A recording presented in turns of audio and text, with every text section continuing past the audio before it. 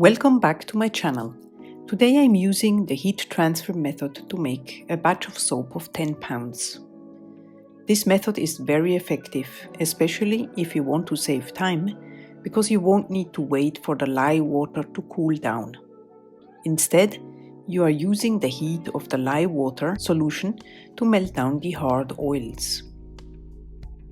In this case, my recipe calls for coconut and palm oil as hard oils that I measured out beforehand and added to this plastic container. You can find the link to this container down in the description box below, as well as all other tools, ingredients and equipment that I'm using. I'm stirring the mixture to make sure that everything melts down.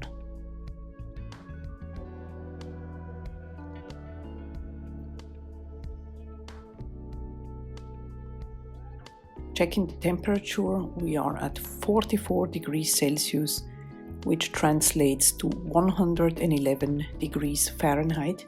And now that all the hard oils are completely melted, I'm going to add the liquid oils to it. You can of course find this particular recipe here down in the description box below, but the heat transfer method can be applied to any type of recipe.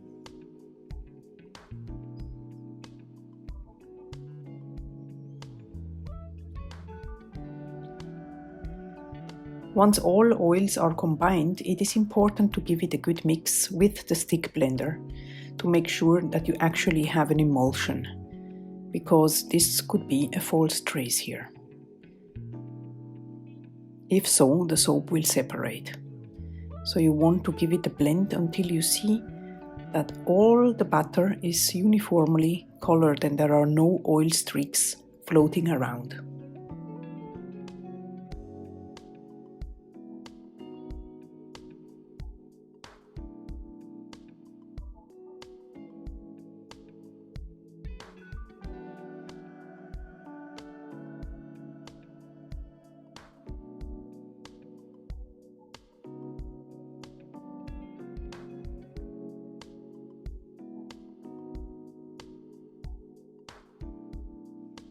Now that we have reached an emulsion, I'm going to split off the batch in two other containers so that I can color these containers differently.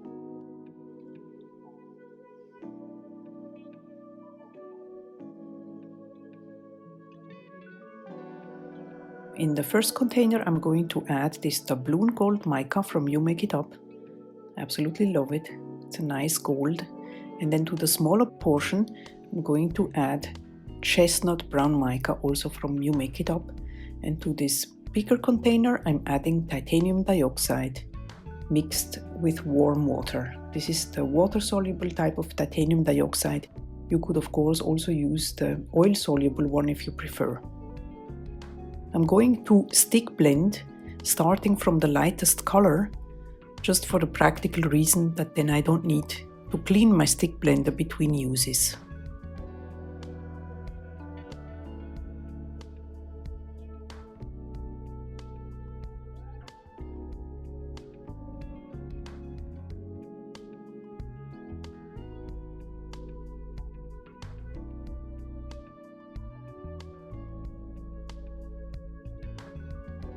I'm just scraping the sides of the jug to make sure that all the color is well incorporated into the batter.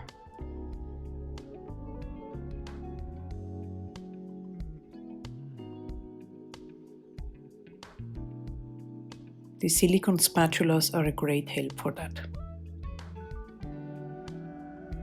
Now I'm adding the fragrance oil. This is Kentucky Bourbon from Brambleberry that I absolutely love. This is soap for gentlemen.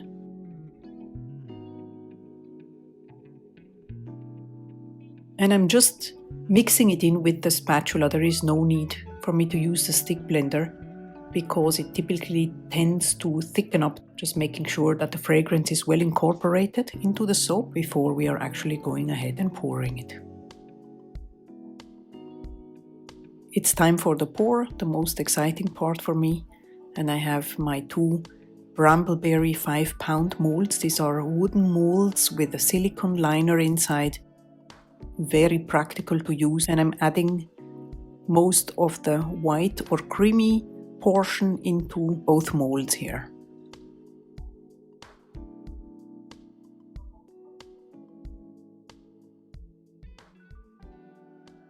Giving it a shake to even it out, and then I'm going from up high with the gold portion of the soap just across and back.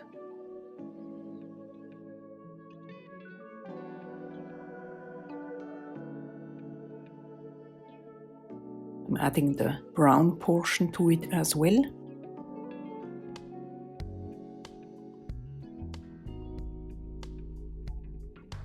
And then with the end of a spoon, I'm just going in and I'm going to do a little swirl, circling it around. And this typically tends to make a nice swirl.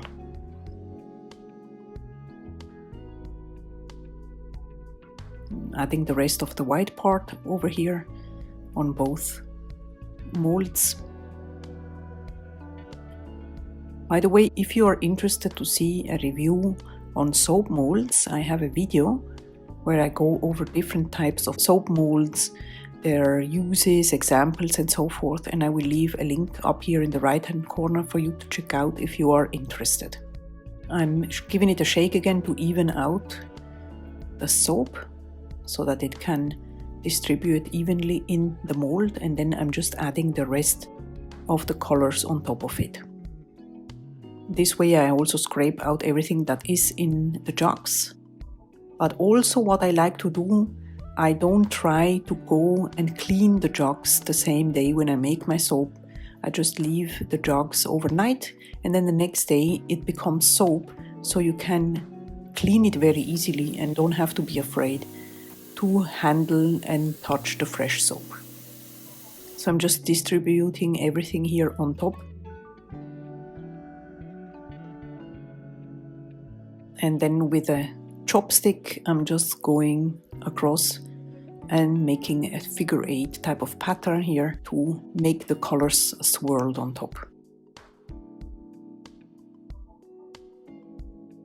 The only thing left to do now is to leave it for 24 hours before we go ahead and unmold it. You also want to give it a spritz with rubbing alcohol to prevent soda ash. And here we are. This is my multi-bar cutter that I absolutely love. It comes from a German company, and this is how the swirl turns out in the inside. Now what's gonna happen here, you can see this has a yellow hue to it, but this will get lighter during the next couple of days, and I'm gonna show you the result in just a minute. It's always surprising to see how the swirl turned out. I like it, and I'm also going to stamp the soap later on. Typically I stamp immediately after unmolding, but this really depends on the recipe. Here I'm just wiping down the wires to make sure that the soap doesn't drag through the new soap, so to speak.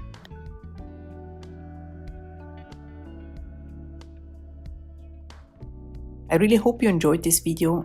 If you did, please give it a thumbs up. Also, if you are interested in more soap making videos or skincare DIY, be sure to subscribe to my channel. I see you here next time, and until then I wish you a wonderful day. Bye bye!